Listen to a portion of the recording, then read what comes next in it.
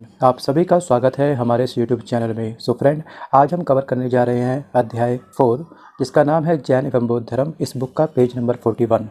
दोस्तों, अगर आपने प्रीवियस वीडियो इस बुक के अब तक वॉच नहीं करे गए तो प्लीज़ उन सभी वीडियो को वॉच करिएगा। इस बुक की प्लेलिस्ट का लिंक हमने दिया आपको डिस्क्रिप्शन बॉक्स में। तो चलिए बढ़ते हैं क्वेश्चन नंबर 1 की ओर। क्वेश्चन नंबर 1, जैनियों के पहले तीर्थकर कौन थे? मोस्ट टाइम पे क्वेश्चंस है। और दोस्तों, जैनियों के जो पहले तीर्थकर थे इनका नाम था ऋषभदेव। अब बात कर लेते हैं कि जैन परंपरा के अनुसार कुल कितने तीर्थकर थे। तो इनकी संख्या थी 24। इनमें प्रथम तीर्थकर कौन थे? वो थे ऋषभदेव। जबकि 24वें तीर्थकर भी इम्पॉर्टेंट हैं। तो वो कौन थे? हमारे महावीर स्वामी जी। और 23वें तीर्थकर के रूप में हम जानते हैं किनको? पार्श्वनाथ को। ठीक है, 23वें तीर्थकर पार्श्वनाथ थे, पहले ऋषभदेव थे, 24वें थे महावीर स्वामी। अब यहाँ से देखिए, क्वेश्चन कभी कभी रेज ये होता है कि हमारे बौद्ध धर्म की स्थापना जैन धर्म के संस्थापक कौन थे? तो जैन धर्म के जो वास्तविक संस्थापक माना जाता है वो माना जाता है महावीर स्वामी को, क्योंकि उन्होंने इस धर्म का प्रसार किया था। याद रखिएगा, इस धर्म को उन्होंने प्रसार किया था, लेकिन इसकी जो नींव रखी थी वो रखी थी ऋषभदेव ने। तो प्लीज़ इन सभी पॉइंट को याद रखिएगा आप लोग। क्वेश्चन नंबर देखते हैं सेकंड, तमिल भाषा के शिल्पाधिकारम और मणिमेखलाई नामक गौरव ग्रंथ किससे संबंधित हैं? तो इसका सही आंसर होगा ऑप्शन बी, बौद्ध धर्म से। क्वेश्चन नंबर थर्ड, भगवान बुद्ध ने अपनी अंतिम सांसें कहाँ पर ली थी? अगर हम बात करेंगे भगवान बुद्ध के बारे में तो इनकी मृत्यु 483 ईसा पूर्व में 80 वर्ष की अवस्था में, याद रखिएगा 80 वर्ष की अवस्था में हिरण्यवती नदी के तट पर, कुशिनारा एक बहुत ही फेमस जगह है, वहाँ पर इनकी मृत्यु हुई थी। और इस पूरी घटना को एक नाम दिया गया है बौद्ध परंपरा के अनुसार, दिस इज कॉल्ड महापरिनिर्वाण। क्या कहते हैं इसको? इसको कहते हैं महापरिनिर्वाण। तो क्वेश्चन नंबर थर्ड का right answer is option D. Question number 4, Gandhara कला के शाखा के अंतर्गत अस्तित्व में आया। ठीक है, गांधार कला किस शाखा के अंतर्गत अस्तित्व में आया? तो इसका राइट आंसर होगा option B, Mahayana. Right answer is option B, Mahayana. अब दोस्तों, आप ध्यान रखिएगा इसमें कि गांधार कला का विकास किस शासक के शासनकाल में हुआ था? तो वो थे कुषाण शासक। अब गांधार शैली के अंतर्गत क्या हुआ था? इसमें सबसे पहले भगवान बुद्ध की मूर्तियों का निर्माण किया गया था, और इस शैली के अंतर्गत बनी बुद्ध की मूर्तियों का संबंध महायान शाखा से है, जिसमें भगवान बुद्ध को भगवान मान करके इनकी पूजा की जाती थी। आपको याद होगा, महायान और हीनयान दो भागों में डिवाइड हुआ। एक उनकी बातों पर विश्वास करते थे और एक डायरेक्ट उनकी पूजा करते थे। दोस्तों, ये कैटेगरी पूजा वाली थी। तो बढ़ते हैं क्वेश्चन नंबर 5 पर।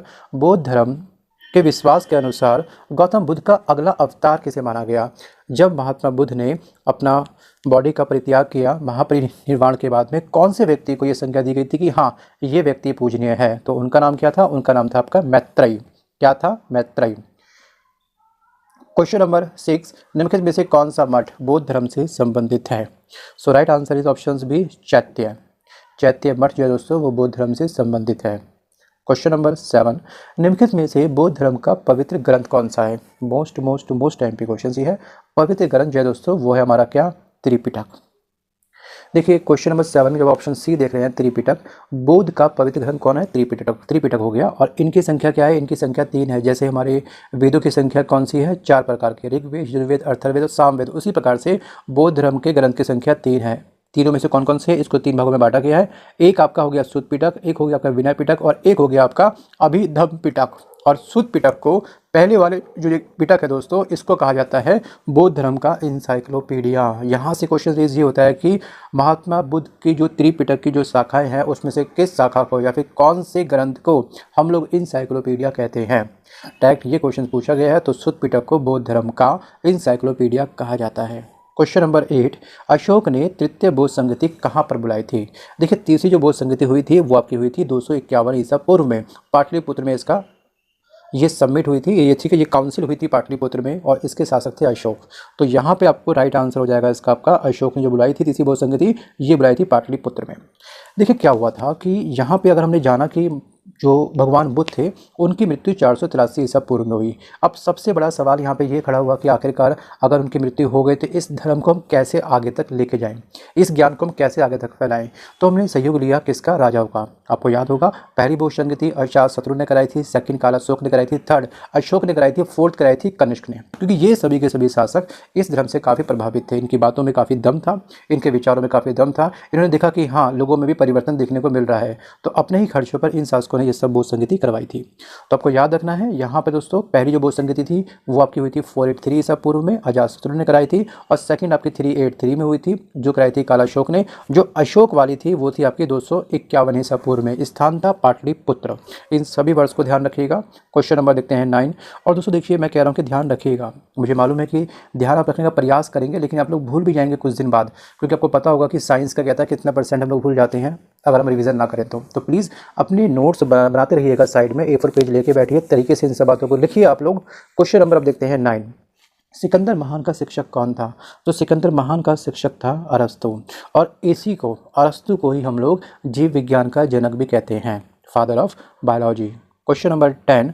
मानव के दुखों के अंत के लिए अष्टांगिक मार्ग का प्रतिपादन किसने किया था? तो ये किया था दोस्तों गौतम बुद्ध ने। Right answer is option B. देखिए यहाँ पे अगर हम बात करेंगे, भगवान बुद्ध ने दुख के निवारण हेतु अष्टांगिक मार्ग अर्थात इसको कहते हैं मध्यम मार्ग के विषय में ये बताया कि अष्टांगिक मार्ग ही एक ऐसा मार्ग है जिसमें इंसान क्या होता है, दुखों से अपना अंत पा सकता है। Question number 11। बौद्ध धर्म ने समाज के किन 2 वर्गों को अपने साथ जोड़कर एक महत्वपूर्ण प्रभाव छोड़ा? ये वर्ग कौन सा था? देखिए, इससे पहले जो भी धर्म बने उन सभी धर्मों में ना तो स्त्रियों का आगमन था, ना ही शूद्रों का आगमन था। तो कहीं ना कहीं धर्म के अंदर भी ये देखा गया, ये पाया गया कि ये भी इंसानों के बीच में भेदभाव करते हैं, लेकिन केवल मात्र एक बौद्ध धर्म ही ऐसा था जिसमें स्त्री और शूद्र दोनों की एंट्री थी, दोनों आकर के ज्ञान प्राप्त कर सकते थे। क्वेश्चन नंबर देखते हैं 12। क्वेश्चन नंबर 12 इस बुद्ध का अर्थ क्या होता है? देखिए, बुद्ध बना है आपका बुद्धि से, और बुद्धि अच्छी तब होगी जब हम ज्ञान की प्राप्ति करेंगे। ठीक है, जब हम ज्ञान की प्राप्ति करेंगे अपनी बुद्धि में तो हम बन जाएंगे क्या? बुद्ध। Question number 13। बुद्ध किस वंश से संबंधित थे? Question number 13। देखिए, हम अगर इसकी बात करें तो ये थे दोस्तों शाक्य वंश से संबंधित। भगवान बुद्ध का जन्म नेपाल के तराई में स्थित कपिलवस्तु लुम्बिनी ग्राम में शाक्य क्षत्रिय कुल में 563 ईसा पूर्व में हुआ था। और भगवान बुद्ध को इसलिए हम लोग शाक्य मुनि भी कहते हैं। इनका एक अन्य नाम भी है। क्या नाम है इनका? इनका नाम है शाक्य मुनि। Question number 14। निम्नलिखित में से कौन सा एक जानवर सारनाथ स्तंभ में उल्लेखित नहीं है? अगर आपने सारनाथ इमेज देखी होगी कि ये इमेज कैसी है, तो आप पाएंगे कि इसमें आपका हाथी, घोड़ा, बैल और सिंह की सजीव जो है कृति जो है उभरी हुई है, इंकित है, प्रिंटेड है। ठीक है, और ये चारों पशु का संबंध आखिरकार क्या दर्शाता है?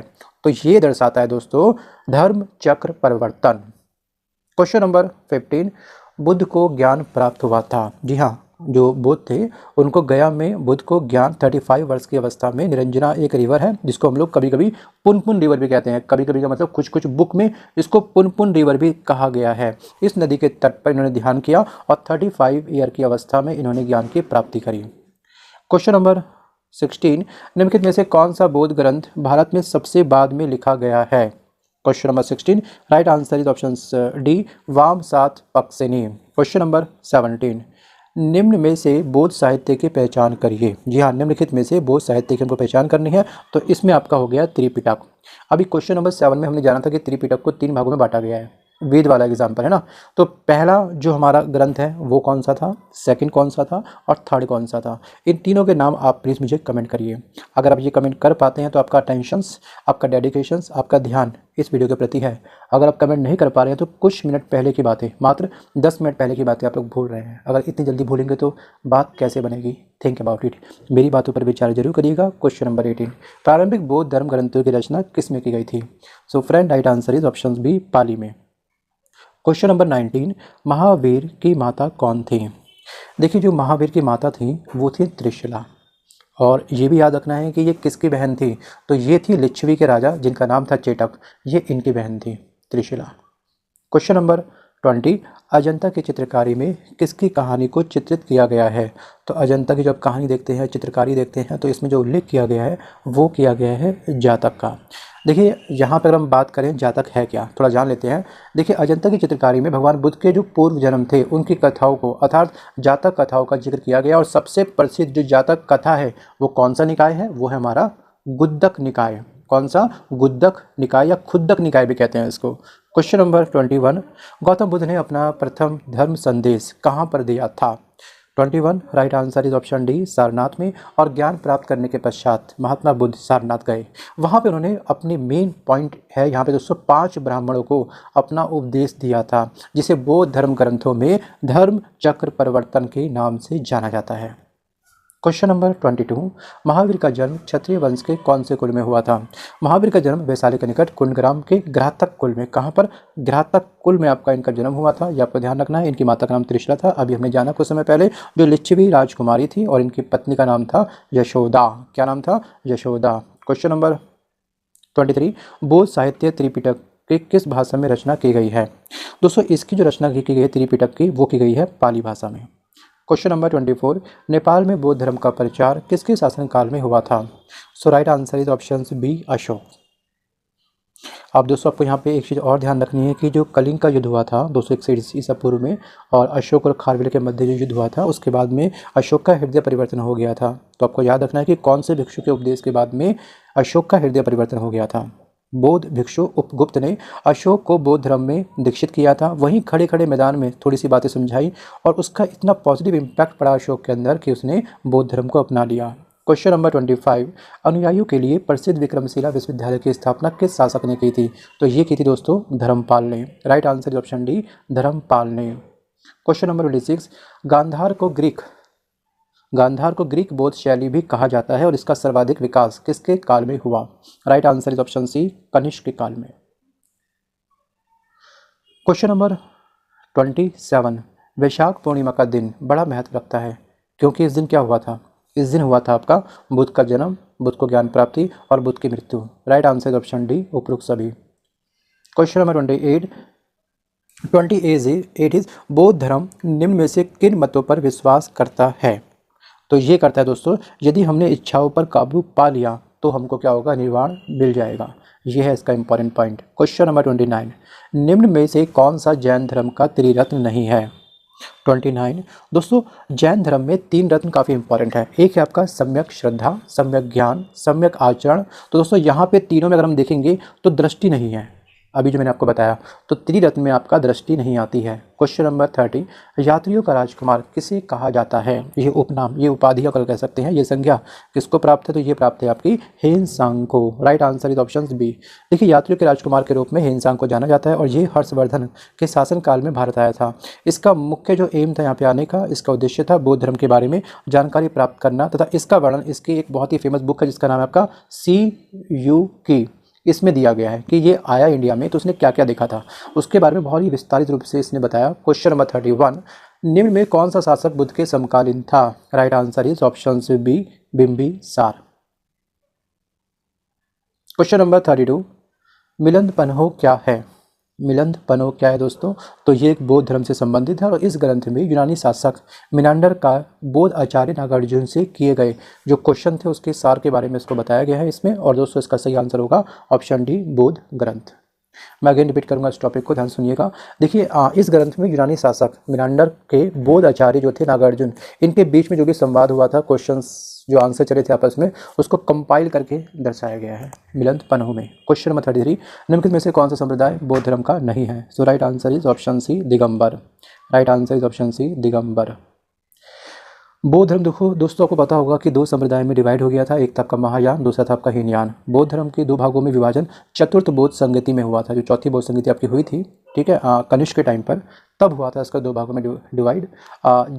और इससे संबंधित दोस्तों और की जानकारी खास नहीं है हमारे पास में। बस बढ़ते हैं क्वेश्चन नंबर 34 की ओर। बौद्ध धर्म और संघ मिलकर के क्या कहलाते हैं? देखिए बुद्ध हो गया, धम्म हो गया और संघ हो गया, ये तीनों जब मिल जाते हैं तो ये क्या कहलाते हैं? तो दिस इज कॉल्ड क्या? त्रिरत्न। Right answer is option A, त्रिरत्न। बढ़ते हैं अगले क्वेश्चन पर। क्वेश्चन नंबर 35, महावीर का प्रथम शिष्य कौन था? महावीर का प्रथम शिष्य कौन था? तो वो था जमाली। जमाली वास्तव में कौन था? दामाद था, इनका दामाद था। क्वेश्चन नंबर 36, वर्धमान महावीर और किस नाम से फेमस है, विख्यात है? तो इनको कहते हैं दोस्तों हम लोग जीन। क्वेश्चन नंबर 37, बौद्ध मत के अष्टांगिक मार्ग में निम्न में से क्या शामिल नहीं किया गया है? सम्यक वचन, सम्यक व्यायाम, सम्यक इच्छा, सम्यक कर्म। So right answer is option C, सम्यक इच्छा।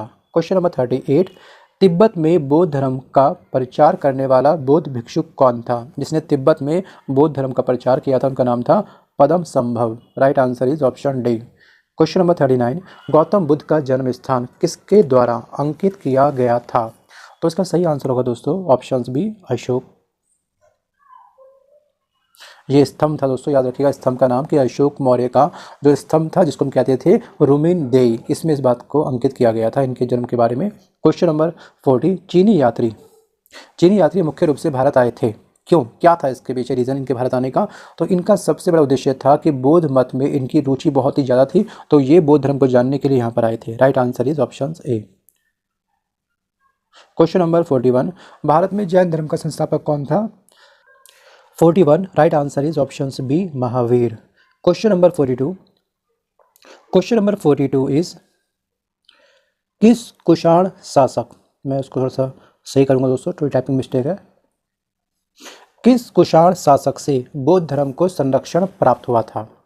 सो right answer is option C, Kanishka. Question number 43, Jain धर्म में अपने पवित्र ग्रंथों के लिए सामूहिक रूप से किस शब्द का प्रयोग किया जाता है? So right answer is option B, अंग। देखिए जैनियों द्वारा अपने पवित्र ग्रंथों के लिए जो सामूहिक रूप से एक शब्द का प्रयोग किया गया है, इसका शब्द का नाम है आपका अंग। अगर हम बात करेंगे अंगों की कुल संख्या कितनी है, यहाँ पे आपका एक क्वेश्चन बन जाता है एग्जाम में, तो आपको ध्यान रखना है अंगों की कुल संख्या है 12। क्वेश्चन नंबर 44, निम्न में से किस मुद्रा में गौतम बुद्ध ने सारनाथ में अपना पहला उपदेश दिया था? इस मुद्रा को क्या कहा जाता है? तो इस मुद्रा को हम कहते हैं धर्म चक्र मुद्रा। क्वेश्चन नंबर 45, बौद्ध धर्म में आपने देखा होगा बौद्ध धर्म में जो सांड है ये बुद्ध के जीवन की किस घटना से संबंधित है? राइट आंसर इज ऑप्शन ए, जन्म से। अब मेरी बातों को प्लीज़ थोड़ा ध्यान सुनिएगा। देखिए कमल और सांड दोनों ही जो सिंबल थे, दोनों ही जो चिन्ह थे, दोनों ही जो प्रतीक थे, ये थे जन्म से संबंधित। और गृह त्याग से संबंधित है घोड़ा, क्या है, घोड़ा। और ज्ञान से संबंधित क्या है आपका पीपल का पेड़। निर्माण से संबंधित क्या है इनके पद चिन्ह। और मृत्यु से संबंधित क्या है इनका स्तूप। तो हर घटना को किस न किसी प्रतीक से जोड़ा गया है, और कौन सा प्रतीक या फिर कौन सा चिन्ह कौन सी घटना से संबंध रखता है, इसकी लिस्ट आपको अच्छे से याद होनी चाहिए। 4-5 चीज़ें हैं, आप अच्छे से याद कर पाएंगे, मैं उम्मीद करता हूँ आप सभी से। क्वेश्चन नंबर 46, निम्न में से कौन सा शासक बुद्ध के समकालीन नहीं था? So right answer is option D, Mahapadmananda या फिर पद्मानंद भी कहते हैं इनको, तो ये आपको ध्यान रखना है। क्वेश्चन नंबर देखते हैं 47, निम्नलिखित में से महावीर का परिनिर्वाण स्थल कौन सा है? Right answer is option C, Pava. Right answer is option C Pava. Question number 48, Bharat का वह शासक कौन था जिसने अपने अंतिम दिनों में जैन धर्म को अपना लिया था? तो इसका सही आंसर होगा option C, Chandragupta. Question number 49, प्रथम बौद्ध परिषद कहाँ पर आयोजित की गई थी? आपको बताया गया था दोस्तों अभी स्टार्टिंग में ही कुछ क्वेश्चन था जिसमें हमने चारों बौद्ध संगति के बारे में डिस्कस किया था। तो चलिए देखते हैं कि इसका राइट आंसर क्या होगा। Right answer option B, Rajgriha. Question number 50, Buddha के उपदेश किस भाषा में उल्लेखित हैं? So right answer is option C, Pali. Question number 51, किस स्मारक के माध्यम से गौतम बुद्ध ने अपने दिव्य ज्ञान को पूरे वर्ल्ड में प्रसारित किया? So right answer is option B, Mahabodhi मंदिर परिषद में। और दोस्तों याद रखिएगा कि महाबोधि मंदिर परिषद के माध्यम से गौतम बुद्ध ने अपने दिव्य ज्ञान को पूरे विश्व में प्रसारित किया, और ये यूनेस्को की विश्व विरासत सूची में भी शामिल है। सो फ्रेंड, आज के इस वीडियो में बस केवल इतना ही।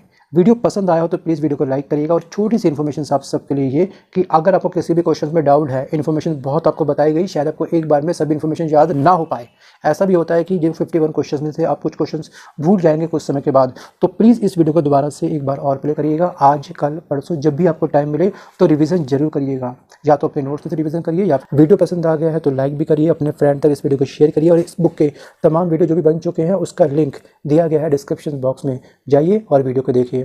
Thanks for watching this video. Wish you all the best for your exam. Bye bye, take care.